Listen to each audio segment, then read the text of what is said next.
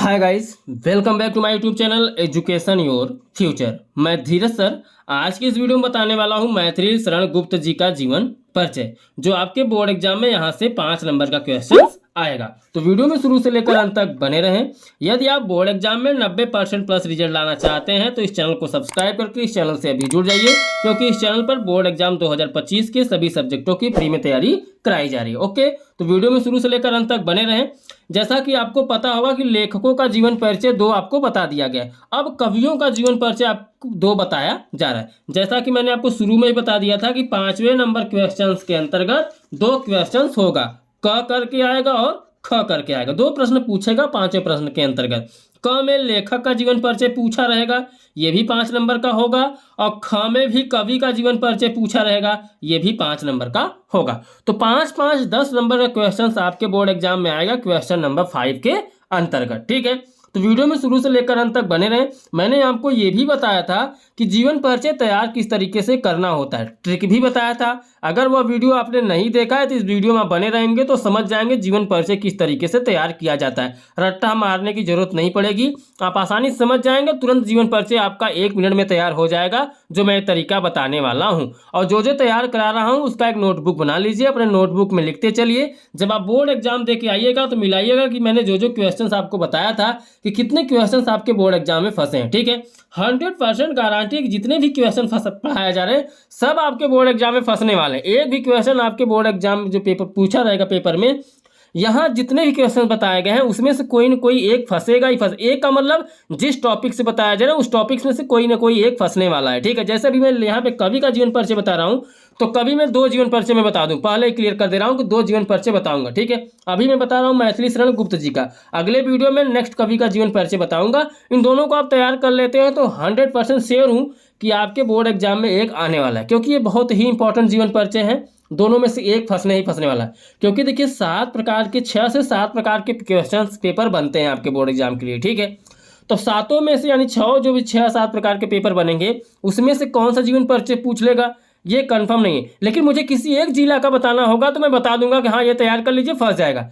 लेकिन यहाँ पे 75 जिले हैं और 75 जिलों की तैयारी में बच्चों की तैयारी करा रहा हूँ, तो मैं साथ में सबको लेके चलूंगा। इसलिए मैं 2 जीवन परिचय यहाँ कवियों से करा रहा हूँ और 2 मैंने लेखक से कराया। ठीक है, तो इन दोनों को तैयार कर लीजिए। कोई ना कोई आपके बोर्ड एग्जाम के पेपर में एक क्वेश्चन एक जीवन परिचय यहाँ से होने वाला है कवि से। ठीक है, और लेखक वाला आप तैयार कर लीजिएगा, लेखक वाला मैंने बता दिया है। ओके, तो चलिए जीवन परिचय किस तरीके से लिखना होता है इस पे हम चर्चा कर लेते हैं। ठीक है, देखिए हूबहू यही मत लिख दीजिएगा। हूबहू का मतलब ये रट्टा मारने वाली बात हो गई। जीवन परिचय रट्टा नहीं मारा जाता, मैं तरीका बता रहा हूँ किस तरीके से जीवन परिचय तैयार किया जाता है। जैसे हम लिखेंगे मैथिली शरण गुप्त जी का जीवन परिचय, तो शुरू में लिखिए मैथिली शरण गुप्त जी, इतना तो आप लिखिए। जिस भी लेखक कवि का जीवन परिचय आप लिखना स्टार्ट करें तो शुरू में इतना जरूर लिखें कि मैथिली शरण गुप्त जी। जिस भी लेखक का जीवन परिचय, जिस भी कवि का जीवन परिचय आप लिखना स्टार्ट कर रहे हैं उनका नाम आगे लिखकर उसके आगे जी लगा दीजिए। ठीक है, जी का जन्म झांसी जिला के चीर गांव में 1868 ईस्वी में हुआ था। तो यानी जन्म कब हुआ, कहाँ हुआ, ये लिखिए। उसके बाद मैंने आपको बताया कि जन्म कब हुआ ये लिखिए, उसके बाद जन्म कहाँ हुआ ये लिखिए। ठीक है, देखिए जो चीर गांव है झांसी है ये उत्तर प्रदेश में। ठीक है, झांसी जो जिला है ये उत्तर प्रदेश में। तो क्लियर हो गया। लिखिए मैथिली शरण गुप्त जी का जन्म झांसी जिला के चीर गांव में 1868 ईस्वी में हुआ था। इतना लिखने के बाद अब तुरंत आप इनके माता का नाम, इनके पिता का नाम लिखिए। तो लिखिए इनके पिता का नाम सेठ रामचंद्र गुप्त था तथा माता का नाम लिखिए काशीबाई था। हो गया। देखिए 30 से 40 वर्ड आपका यहीं पे क्लियर हो गया, लगभग 30 वर्ड तो क्लियर हो गया। आपको जब भी जीवन परिचय पूछा है आपके बोर्ड एग्जाम में, आपको लिखना है सिर्फ 80 शब्दों तक, इससे ज्यादा आपको जीवन परिचय नहीं लिखना है, नहीं तो नंबर कट जाएंगे। मैं पहले से ही बता दे रहा हूँ, ज्यादा बबाही के चक्कर में मत पड़िएगा।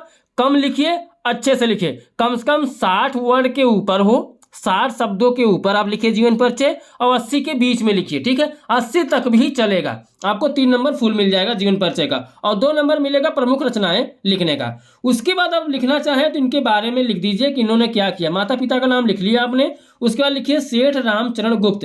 रामचरण गुप्त का मतलब इनके पिताजी। ठीक है, स्वयं एक अच्छे कवि थे, यानी इनके पिताजी भी कवि थे। गुप्त जी पर अपने पिता का पूर्ण प्रभाव पड़ा, यानी प्रभाव पड़ने का मतलब क्या हुआ, इन्होंने जो कवि का रोल अपनाया, कवि इन्होंने जो बनने का निर्णय लिया अपने पिताजी से ही लिया, क्योंकि इनके पिताजी भी कवि थे।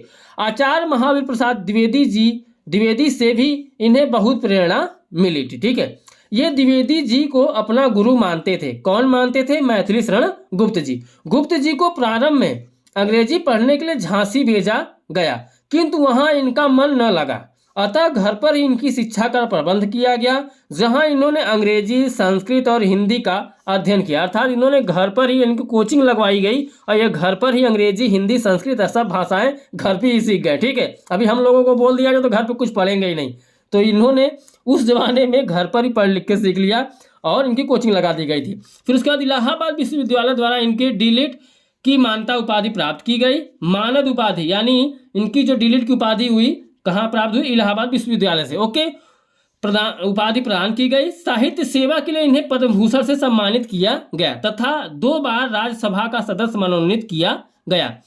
1964 ईस्वी को इनका निधन हो गया। ओके, तो मैंने आपको क्या बताया कि जब भी किसी लेखक या कवि का जीवन परिचय लिखेंगे तो आपको उनका नाम लिखकर, जी लगाकर, उनका जन्म कब हुआ, कहाँ हुआ, इनके माता पिता का नाम क्या था, इतना लिखने के बाद इनकी पढ़ाई कुछ हुई है या नहीं है उसको लिख दीजिए। ठीक है, उसके बाद इनकी मृत्यु लिख दीजिए। बस यही जीवन परिचय, और ज़्यादा कुछ लिखने की जरूरत नहीं है। लेकिन इतना दिमाग में रखिएगा कि हमें 70 से 80 वर्डों तक पहुंचना है, 70 से 80 शब्दों तक हमें लिखना है। तो इतना लिखने का आपको 3 नंबर मिल जाएगा।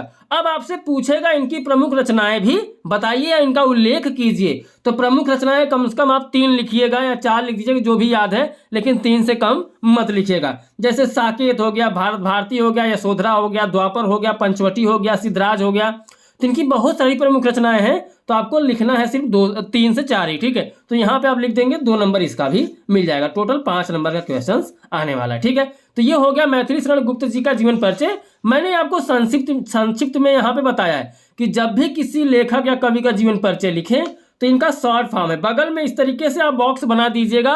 जब भी बोर्ड एग्जाम में लिखें, बॉक्स बनाए रहेंगे तो एग्जामिनर काफ़ी अच्छे से समझ पाएगा और यही देखकर आपको नंबर दे देगा। इधर पढ़ने की जरूरत भी नहीं पड़ेगी कि आपने इसमें लिखा क्या, क्या नहीं लिखा है। बस यही बना के बगल में लिख दीजिएगा और बाकी बीच में आप कुछ भी लिख दीजिएगा। ठीक है, जो भी आपके मन में आए, लेकिन मन में उल्टा सीधा मत लिख दीजिएगा, जो आए वही लिखिएगा। ठीक है, कहने का मतलब इनसे रिलेटेड ही लिखिएगा। ओके, तो जैसे जन्म कब हुआ, कहाँ हुआ, पिता का नाम, माता का नाम, शिक्षा कहाँ पे हुआ इनका, तो घर पर ही इन्होंने पढ़ाई की, घर पर इन्होंने कोचिंग लगवा के, ट्यूशन लगवा के जो भी किया है, इन्होंने बहुत भाषाओं का ज्ञान लिया, जैसे अंग्रेजी, संस्कृत, उर्दू सब घर पे ही रह के इन्होंने सीख लिया। हिंदी, ये सब भाषाएं क्या हुआ, घर पे ही रह के इन्होंने सीख लिया कोचिंग लगवा के। ठीक है, तो इनकी मृत्यु कब हुई, बस इतना लिख दीजिए, आपको 3 नंबर जीवन परिचय का मिल जाएगा, 2 नंबर उनकी प्रमुख रचना बताने के लिए मिल जाएगा। ओके, तो ये रहा मैथिली शरण गुप्त जी का जीवन परिचय।